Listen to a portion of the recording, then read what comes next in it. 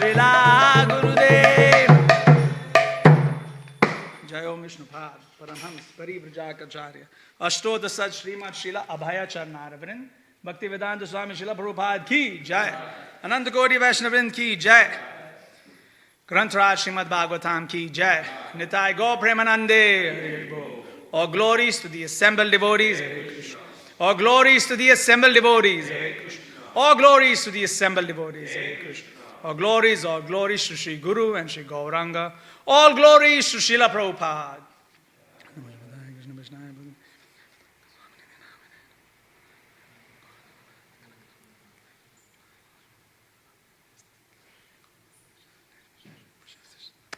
Hare Krishna. So today we'll be reading from Canto 3 of Srimad Bhagavatam entitled The Status Quo. Chapter 26, Fundamental Principles of Material Nature. Today we'll be doing text 4. So we'll all start with Mangal Shara. Om Jnana Timirandasya Jnananjana Shalakaya Chakshun Militam Yena Tasmai Shri Guruve Namaha Shri Chaitanya Manobhishtam Stapitam Yena Bhutale Swayam Rupa Kadamahiyam Dadati Swapadantikam Vande Aham Shri Guru Shri Yuta Padakamalan Shri Gurun Vaishnavamsha Shri Rupam Sagrajatam Sahagana Raghunathan Vitam Tam Sujivam Sadvaitam Savadhutam Parijana Saitam Krishna Chaitanya Devam Shri Radha Krishna Padan Sahagana Lalita Shri Vishakhan Vitamscha He Krishna Karuna Sindhu Dinabandhu Jagatpate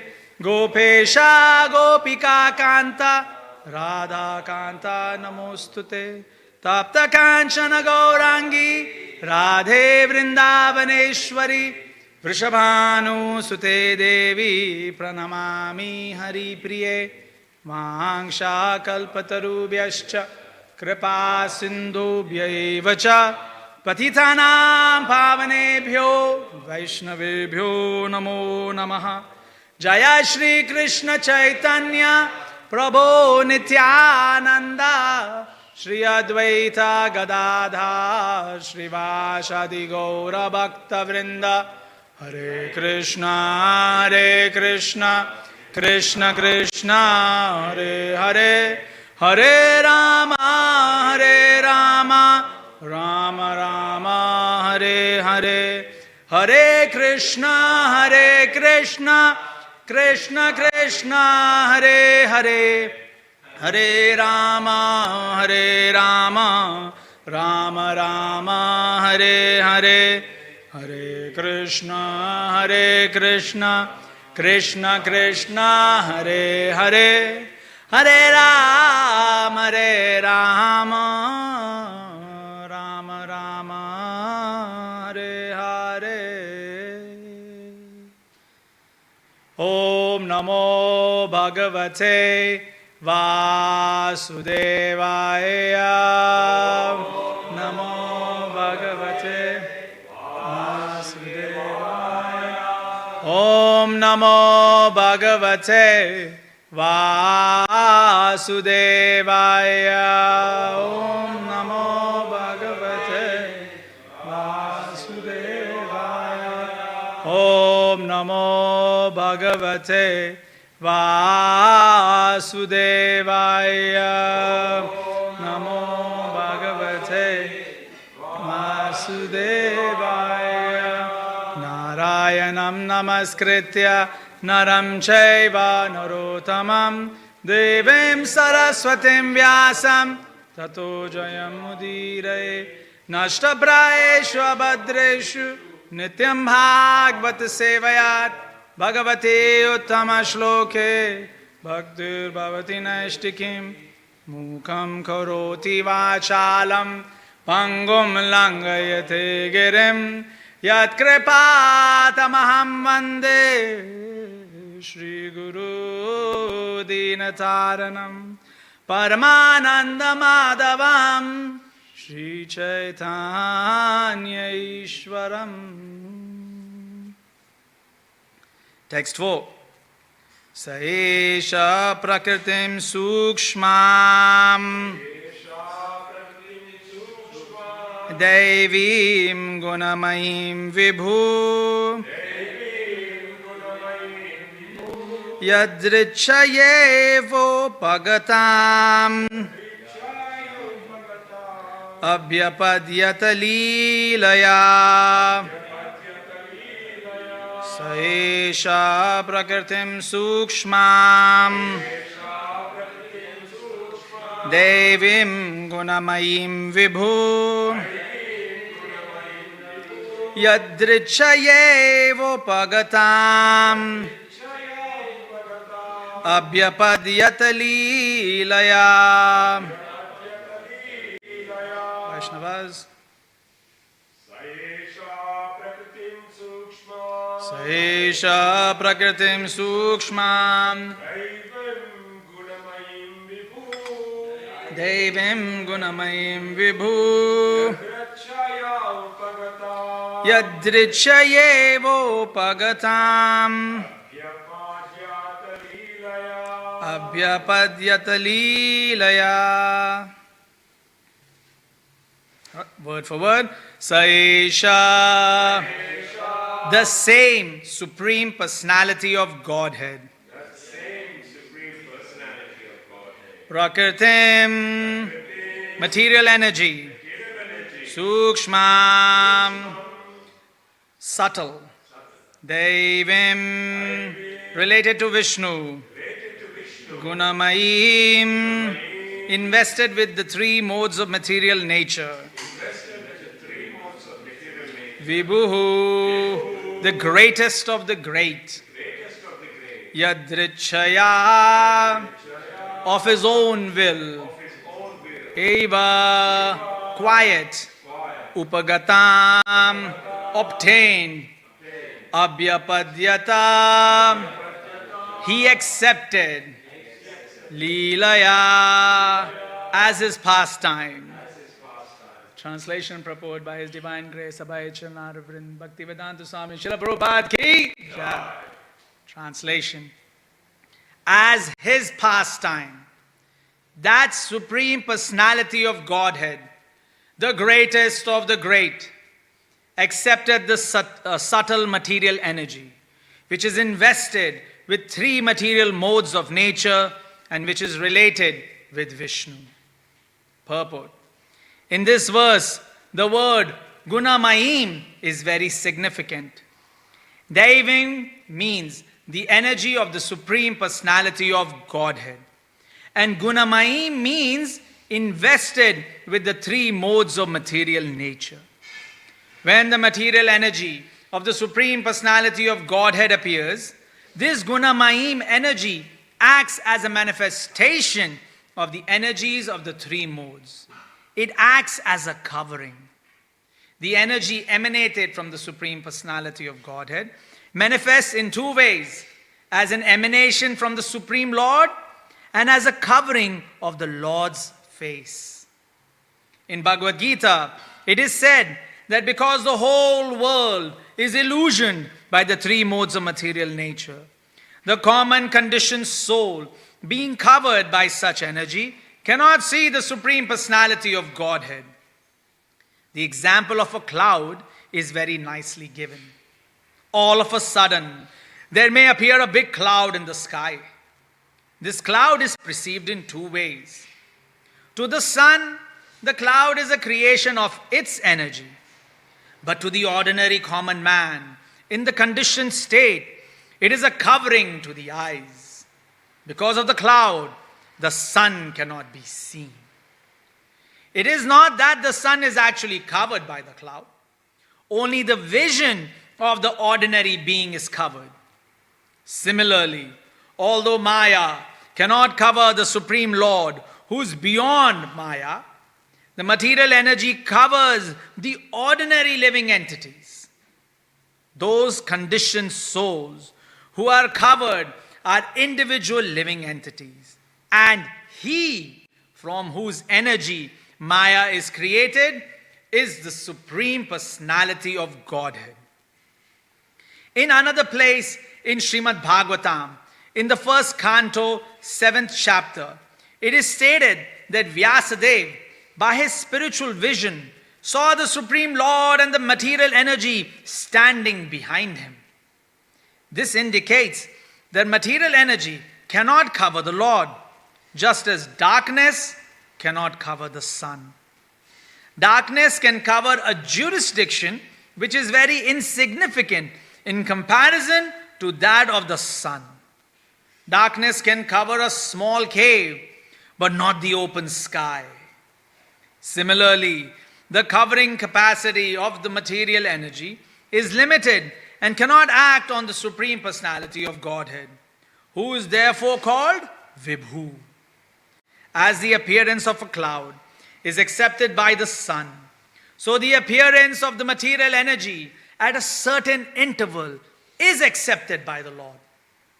Although his material energy is utilized to create the material world, this does not mean that he is covered by that energy.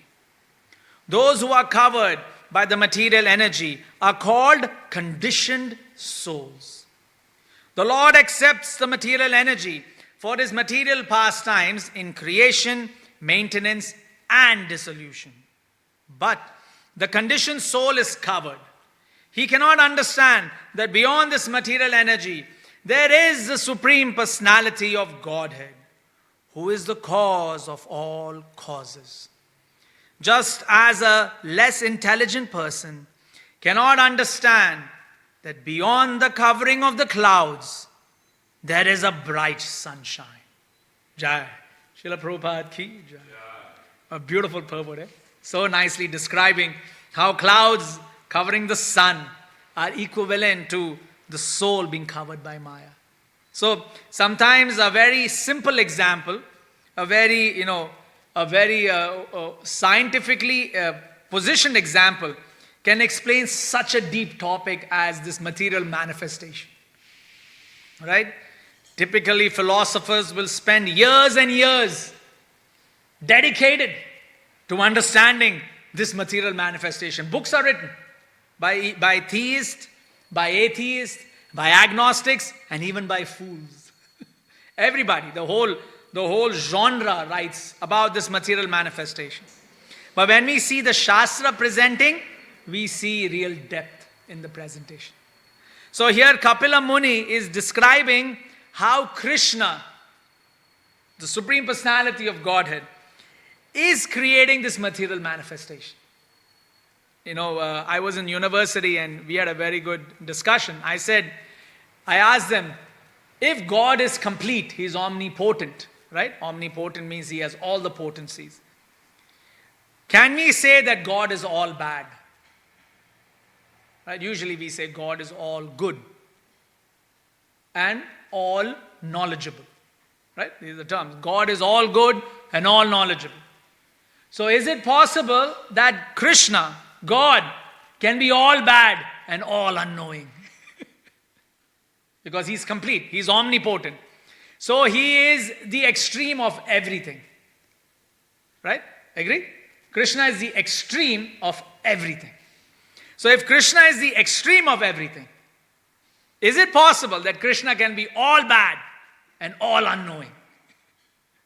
Is that possible? Yes, 100%. This is the amazing thing about Krishna. That he is everything that you can possibly imagine. The worst of the worst and the best of the best. Krishna has that range. Right? And just about when we think in our own minds that this is the best, Krishna is more than that. And we think this is the worst, Krishna is more than that. Right? So he expands across our realm of contemplation. Beyond our realm of contemplation. That is why it is explained that Krishna is explained like he is the ocean. Right? And we, what are we? The small fish in the ocean. Right? So here a very nice word is being used. Today we'll go backwards up. We'll start from the last line of the shloka. It's abhyapadyata leelaya. It means he accepts this as his pastime. Accepts what? What is this? In Vedic positioning, whenever you hear the word this, what does it represent? The material manifestation. Okay? And whenever you hear the term that, what does it represent? The spiritual manifestation. You understand? So in Vedas, in Upanishads, whenever you hear the word Ada and Idam, Purnam Ada means Krishna, Gopinath, he is complete. That is complete. Purnam Idam. So therefore this material world is complete. Are you understanding? In Vedas, in Vedic transcription, Ada and Idam is given that position. Idam meaning this material manifestation, and Ada meaning the spiritual manifestation. Yes? So that's how it's distinguished. So he's saying that Krishna, he accepts this manifestation, this as his pastime. So you may be thinking, what are we talking about? Ukraine is in war, people are dying in Africa. What's going on? And this is Krishna's pastimes? It's terrible, isn't it, when you think about it? If somebody told you all the suffering in the world are but pastimes of the Lord, you'd be like, what? That's terrible. No, there must be somebody else who's doing all of this. And so comes in Western theosophy, comes the concept of the devil. Can't be the God. It can't be Lord. It can't be the all-loving, all-knowing, manifesting Lord. So therefore, they ascribe all sufferings to another being who is in clash with the Lord. Are you understand? This is theosophy, Western theosophy, that in clash with the Lord, this suffering is now occurring. Right? Now, even when you go to impersonalist positions, right? Just to explain how impersonalism views this manifestation. They look at, so previously we described about Brahman, right? In the previous shlokas, if you've been hearing, we've been describing about Brahman. Alright, so Brahman is the effulgence of the Lord. Right? His effulgence. So now it is explained in Brahmavad philosophy that Brahman is the supermost. Right? Brahman then decides to engage with Maya. When it engages with Maya, with illusion, right? Beings come out and knowledge is created. That Brahman with knowledge is Bhagavan. Are you understanding how they perceive the Vedas, how they observe these terms? For them, Brahman is the highest, and Brahman with knowledge is Bhagavan. Right? That's how they perceive. That God is the Brahman, is the energy mixed with knowledge, creates God, the personality. You getting? That's their realization. Right? And because of this, Mayavad philosophy takes it to the next level. What do they take it? Well, we are Brahman, and if we become knowledgeable, A plus B equals, I am God. See, I am Bhagavan. Are you understanding? How they're taking the same Brahmavad concept, pushing it to their specific realization that I am God, you are God, all of us are God. All we have to do is realize it. All you need to do is get the knowledge and you're done. You're there. You are God. Okay? So this is the Brahmavad, which then morphs into the Mayavad philosophy. Are you getting how the morphing occurs, right? That there is God. The God has, there is Brahman, there is energy. When that energy comes with knowledge, it takes the position of Bhagavan. So this is how the perception of I am God is created in the impersonalist and in the Mayavad philosophy. Are you understanding how this transition, slow transition has taken place? And pretty much today, practically there is no Brahmavad school. For all intents and purposes, there are no Brahmavad schools. Everyone's Mayavad. Right? Practically speaking, everyone's Mayavad. Right? And so it's only the Vaishnavas that are actually presenting the actual differences. Right? So here, when we are talking about our presentation, that there is Bhagavan, from the effulgence of Bhagavan comes Brahman. Right? So now the question becomes, okay, so if from Krishna's effulgence comes Brahman, then where does this illusion come from? You ask this to a Mayavad, you ask this to a Brahmavad, and they can't answer this question. They don't know where illusion has come from. But here, in Bhagavatam, it is described that the illusion is the shadow. Whose shadow? Whose shadow? Rama Devi's shadow. So you have Karno Dakshai Vishnu there, sitting in the causal ocean. Sitting with him is his consort, Rama Devi. What does Rama mean? One who is satisfied. One who gives satisfaction. Right? So she is actually giving great satisfaction to Lord Vishnu. So much so that Lord Vishnu goes into Yoga Nidra. He closes his eyes. So what does the closing of his eyes represent? He decides to stop knowing what's going on here. We asked, right? Can God be all unknowing? Yes, he has. He shut his eyes. Krishna has shut his eyes down. Okay, do what you want. Right? And so he's enjoying with his consort, Rama Devi. Her shadow creates this illusion. Right? Most people don't know where illusion or where Maya has come from. This is how Maya gets created. The fact that Krishna closes his eyes and then his vision of Rama Devi, its shadow then creates illusion. Welcome. Meet the thing that is keeping you in this material world. Illusion. Now that illusion is personified as Durga Devi. That is why her name is Durga.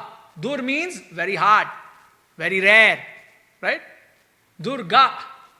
Durga is what? You'll hear the term Durgati. Durgati means in the wrong path. So Durga is the one who's ensuring that people are in the wrong path. It's her role. That is her position. That is why she's here. Now, does it mean that she doesn't like people who take the right path? No, she loves them. That is why here it is very nicely explained that when Vyasadeva is writing Srimad Bhagavatam, he is able to see Durga Devi, right? The illusion, and he is able to see Krishna, the origin. So he is able to see the illusion and he's able to see the origin. Now, for you to be Theosophian, you have to see both the origin and the illusion. Now, think of all the theosophical books you have read. Nobody describes the origin. Nobody. They all describe the illusion. Material world is a temporary place. You must do good, you will get good. All theosophical principles are dealing in no uncertain terms about this material position, the illusion. Nobody is describing the origin. Ask them to dedicate 3 chapters on God. Not one. Just 3. Describe the origin, please. And they'll be like, God is omnipotent. And understand, they're all describing energies. Nobody's describing the energetic. Eh? He is omnipotent, he's omnipresent, he's omniscient. And then, to give an example, immediately they'll start giving material examples. So they will always describe the origin in illusion. Now you understand it? The origin is always described in terms of illusion. Because here, you are not all knowledgeable. So then God is all knowledgeable. Are you getting? It's in direct opposition to the illusion. But whereas in actual Srimad Bhagavatam, Krishna is everything. He is all knowledgeable and all unknowledgeable. He is everything. He is the illusion and the origin. Right? So are you understanding how origin is described? So here, that description of the origin is being given. And now, how that origin creates the illusion is being described. So Krishna is the origin. And how he now creates this illusion is being described. So here it is explained that Krishna, right, he accepts the material energy. Yadrichayevo pagatam. Right? So yadricha, right? Yadricha means by his desire. Krishna desires. Now question is, why is Krishna desiring to create this material world for our suffering? Why is he doing that? Because we desire. So he is saying, okay, If my friends, if my comrades wish to be in a place of great illusion, let me create. So he creates this place of great illusion to complete our desire. Are you understanding why this place is created? It's created to complete my desire. And because Krishna creates this place of great desire, right?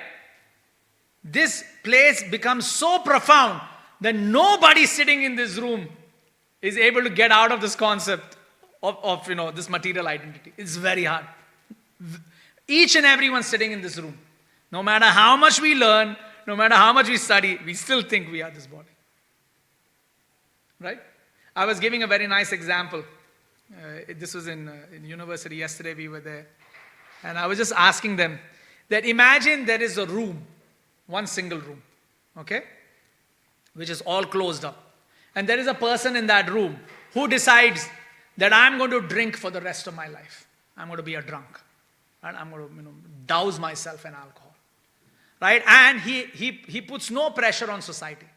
Right? He recycles everything. Right? But he stays in the room. So he doesn't hurt another being.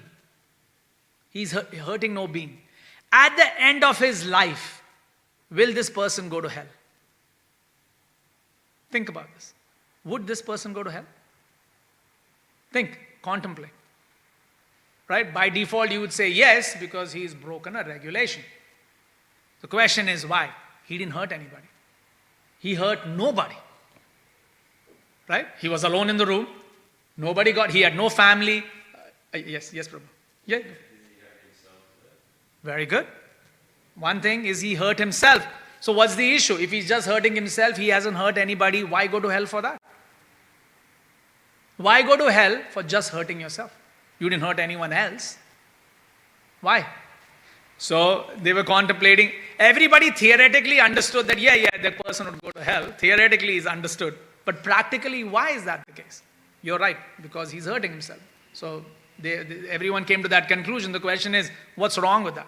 If he's just hurting himself, it's himself, he's not hurting anybody else, what's the problem? What's the issue? So here is where, if you open Ishopanishad, there is the second shloka of Ishopanishad. What does it say? Atma Hata, killer of the soul, whoever he may be, must go into the deepest, you remember the translation? Darkest regions, if you remember the translation. Right? So question is, why is that the case? Because all of us sitting in this room, for all intensive purposes, believe that this is me. But it is not. Even this physical body that we are embodying right now, right? We are embodying this physical structure. Right? This is not us. So by drinking, we are destroying this structure. We must be punished. Are you understanding what the actual issue is? If you catch the issue, you'll be like, okay, that's why it's a problem. That is why punishment is there, because this structure, this yantra rudhani mayaya, this yantra, this vehicle that has been provided. Yantra means a mechanical vehicle. Yantra. This yantra that has been provided, right? This mechanical vehicle, you are destroying it, you must be punished. Just like a person who comes into a room and starts breaking all the rooms, he gets punished. Oh, hey, what are you doing? Why are you breaking the room? It's not your room to break. But everyone sitting here thinks, well, it's my body, I can do what I want. It isn't yours. It is not yours. Canto 11 of Srimad Bhagavatam, Uddhava. Right? Krishna tells Uddhava. He tells a story. Right? That Pururava is lamenting after Urvashi dumps him. He gets dumped. He's love struck. He gets dumped. He's like, oh God, what's the point of living? So in his ecstasy, he tells these wonderful shloka. And one beautiful shloka he tells there. He says, who's the Swami? So Swami means who's the Lord. That's the term Swami. It means who's the Lord. So he's saying, who's the Lord of this body? Who? Is it the embodied soul? Right? That is, covering majority of its movement. Is it the other living entities living within this body? Right? There are other living entities. You may be thinking, I'm the only one here. There are many. You are just one amongst many, but you are the predominating. Right? We are the predominating. So I am the predominating soul in this body, but there are many souls in this body, living, right? Eking a living. There are germs inside. They're having a good time, right?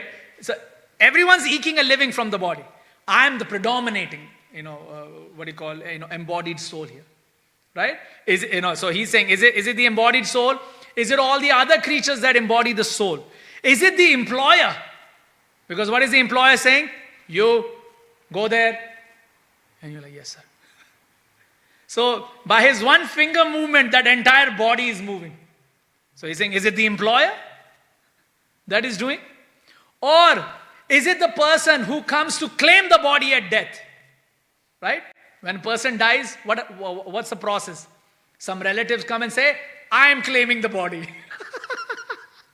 It's funny, isn't it? I'm claiming this body, it's mine. Yeah, me.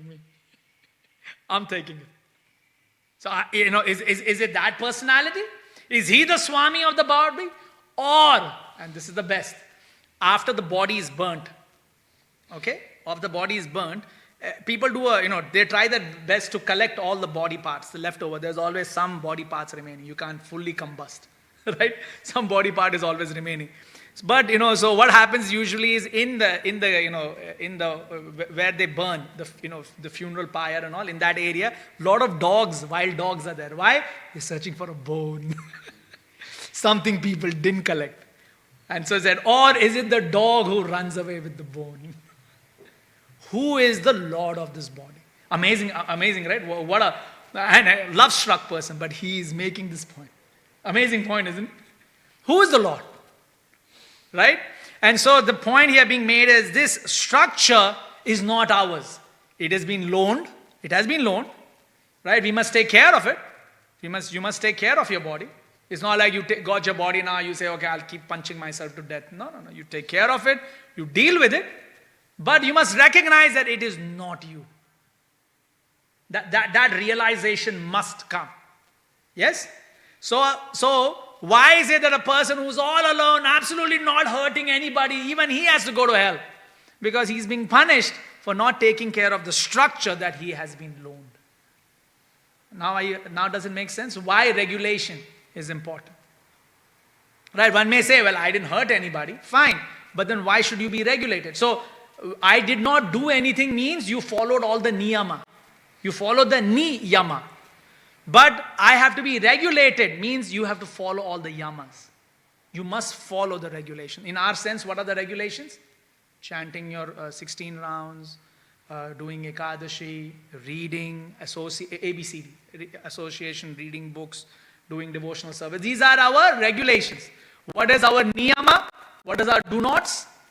What are the rules?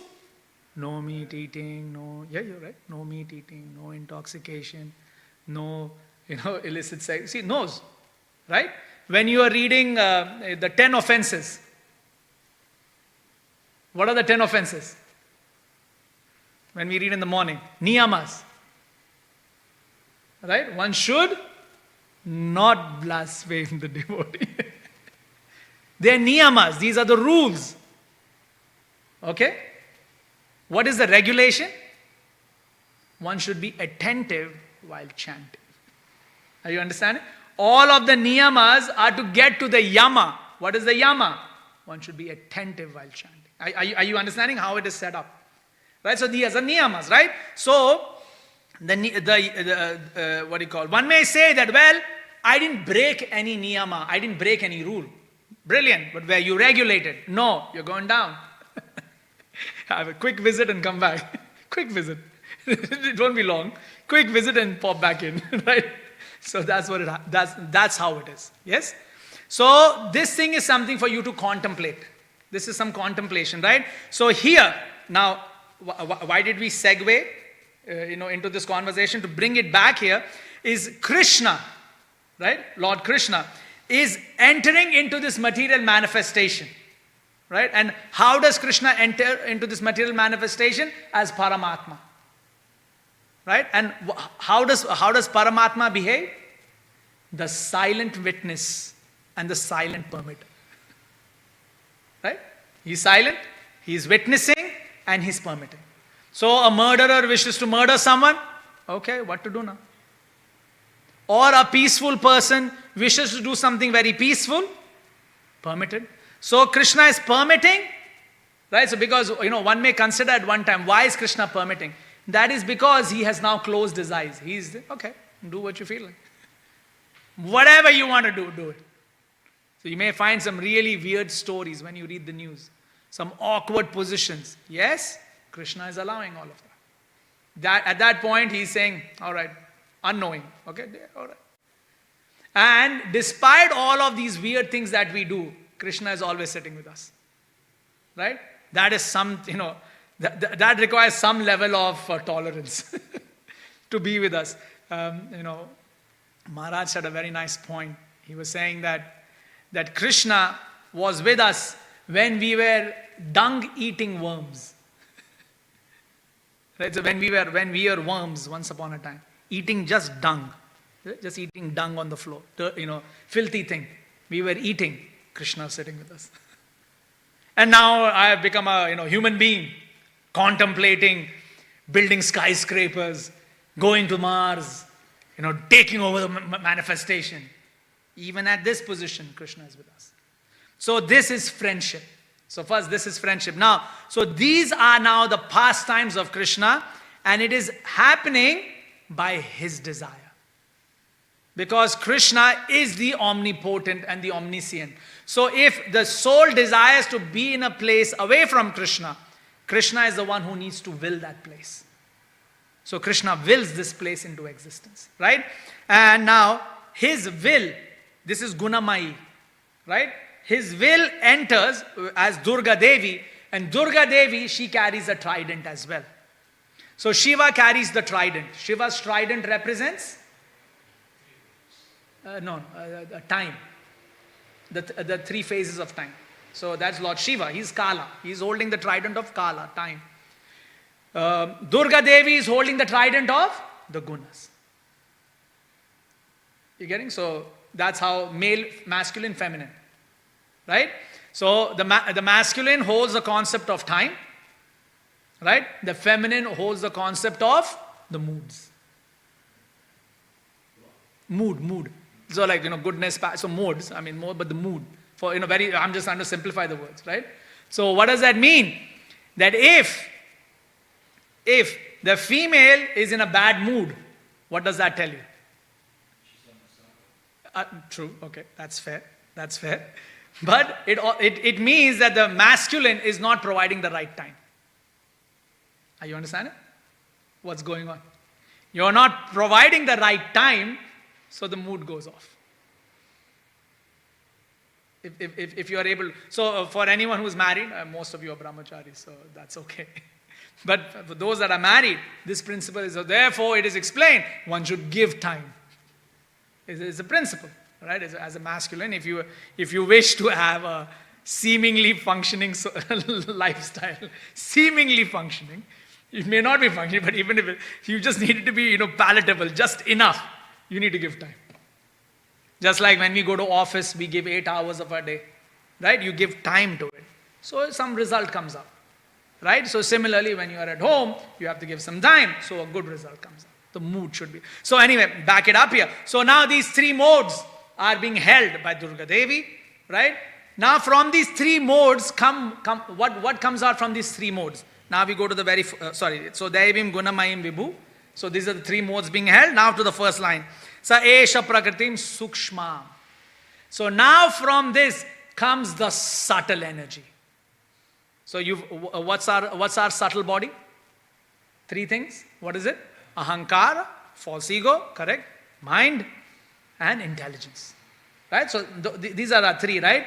So from this Gunamayi, right, by her agitation comes these three outcomes of the subtle body. From ignorance comes, from tamoguna, ignorance comes ahankar, false ego. Right? From passion, rajoguna comes buddhi, intelligence. And from sattva guna comes out the mind. The subtle body is now formed. Are you understanding how now the subtle creation is taking place? We are discussing now, we'll be discussing all of our conversations will be on subtle energy. Right? So this a chunk of this part will discuss about subtle. Right? And then of course it will go into gross as well. And then the physical gross is what you're seeing. Right? This is what you're seeing. Earth, water, fire, air, ether is what you're physically seeing. Right? But even these have their subtle forms. So everything that you're seeing in a gross has a subtle position. Everything that you're seeing in the gross, like this, has a subtle position. Right? So right now what is happening is the sukshma, the subtle nature is being created.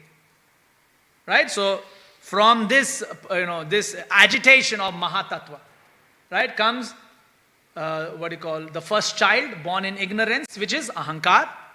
The next child born in goodness is mind. And the next child born in passion, intelligence.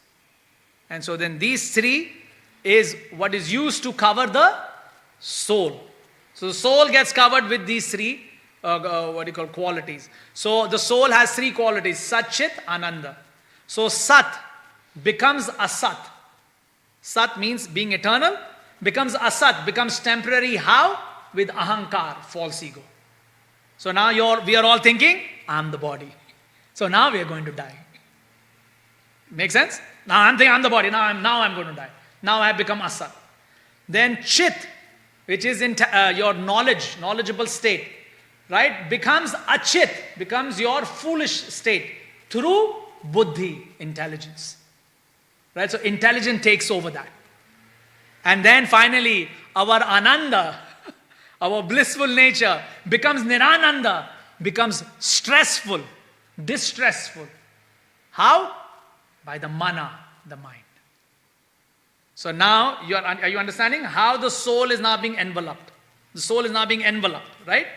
And now with this subtle body, we will transmigrate 8.4 million species. And we will transmigrate across universes. Don't think, oh, I was in this planet, next time I'll be born again in this planet. Nah, it's not like that. It's not like that. We will transpose ourselves across these manifestations. There are many planets. I like to give this example. I don't know how many of you've all seen mustard seeds or any other seeds, seed bag. When you see it, it's only 200 grams, right? Just this small bag. But by Krishna, if you drop that bag and it falls on the floor, try cleaning it. And then you're thinking, where all is this mustard gone? Right? As some of you are, you must be doing a lot of kitchen cleaning. If one mustard bag falls down, right, you will spend 4 or 5 weeks finding, oh, there's a mustard seed here. Oh, there's a mustard. You'll try your best to clean it. You can't. It's just scattered. That's material manifestation. Although, just a bag of mustard seeds, just a bag, when it scatters, it's infinite. Right? So this material manifestation is also ever expanding and infinite. Right? So this is something we appreciate. So this is now the subtle creation is taking place.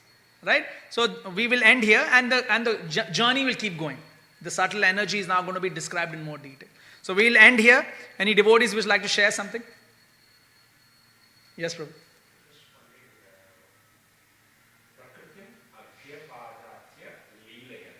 Yes. That's understandable. What I'm trying to understand is, if it's the Maya Devi is its own energy. Maya, yes. So Maya. Yes. So what is this acceptance? Acceptance is something we take it from others, right? If it's Krishna's energy, Maya. So what is? I understand it's part of the pastime. Yeah. Yeah. But still trying to digest the concept of this acceptance. Acceptance as in? It's actually said like. Yeah, so this material, what we are saying is now the material manifestation is creating, and Krishna accepts this as his pastime. So he enters into every atom as Paramatma. Now he is the silent witness and the silent permitter. So he's taking an unknowing position. You may be thinking, today in modern society, how come all the beef eaters are the richest people in the world? What's going on? Isn't it? It's awkward, isn't it? I mean, when you just step back and think, what's going on? I'm just chanting my rounds, sitting here in a white dhoti. What's this, man? The guy is going outside, killing cows like anything and eating. He's doing quite well. Oh, Krishna, you are supposed to be the cow. Go Brahmana Hitaya Cha. What's going on? Right? You can get very agitated by that, right? But these are Krishna, he's accepting them. He's accepting. So that's why I was trying to say, can God be all unknowing? So when Krishna says that I am, equal to everyone, what does that mean? So he's taking okay, I'm stepping back, do what you want. Krishna stepping back. All right, do what you feel like. If you have done something inappropriate, you will you go to hell, get your punishment, come back, continue. You get punished, punishment finished, come back, continue living your life. What's the issue? So Krishna is no way is Krishna looking to pull us out of this material manifestation. Who's looking to pull us out of this material manifestation? Yes, the Vaishnavas. Krishna is, all right, fine, you want to be here, be here. Are you understanding? Krishna, you want to be here, be here. Oh, who's trying to get us out? The Vaishnavas. That is why we consider them very merciful. Vangsha kalpatarubhyascha kripa sindhubhya evacha patitanam pavanebhyo vaishnavebhyo. So we are greatly indebted. So yeah, indebted, sorry. Jai. Devotees want to share something? Jai, yes, Prabhu.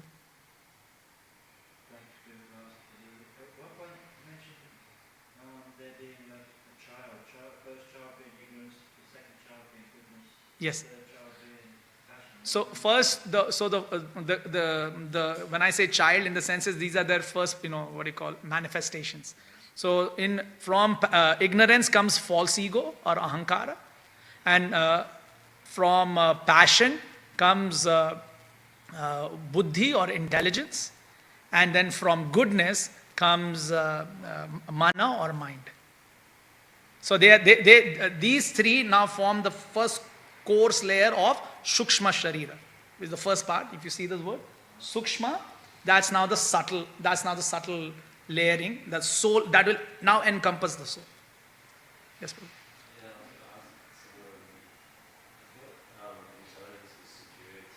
Yeah, so it's passion. So that's why it's passion. Oh, no. Okay, you're thinking goodness, passion, ignorance as who's higher than the other. It's not like that. It's a question of how it is functioning. So like Lord Shiva represents mode of passion, mode of ignorance. It doesn't mean that he's the lowest. No, by no means. He's a great Vaishnava. He's a great devotee of Krishna.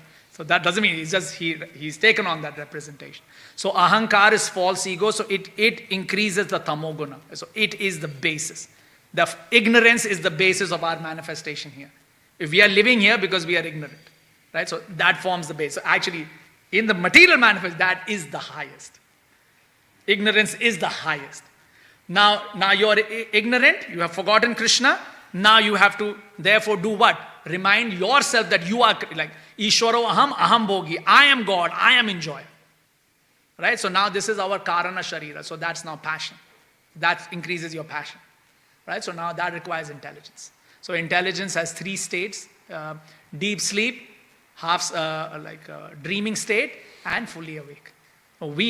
Most of us are in the dreaming state. Like we are slowly getting to understand. We are now realizing, okay, hang on, this is not the right state to be in. And then there is mind, right? So mind is thinking, feeling, and willing. So all of this is now in Canto 11. And here also, these topics will be touched here as well. In Canto 11 also, all of these topics are touched on. Right? So then thinking, feeling, and willing, that's now the mind.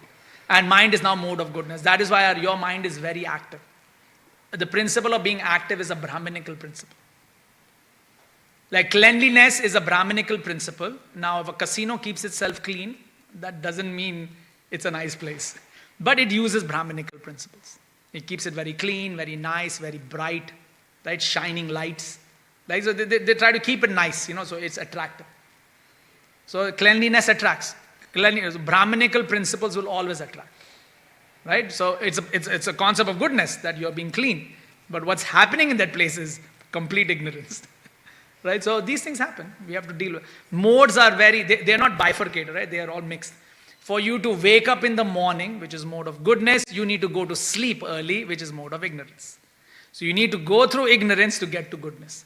To make a place clean, which is mode of goodness, you need to get down and scrub the floor, which is passion. So you want to get to the state of goodness, you're going to have to go through passion. So they're intertwined, the modes. So that's hence that. If you see the artistry, right? There's that I forgot what we call these, the string puppets, right? The string puppets. So hence the string puppets. That all are functioning at the same time. Yeah. All right, Granth Sahib Srimad Bhagavatam ki jai, Srila Prabhupada ki jai, Nitai Gaur Premanande.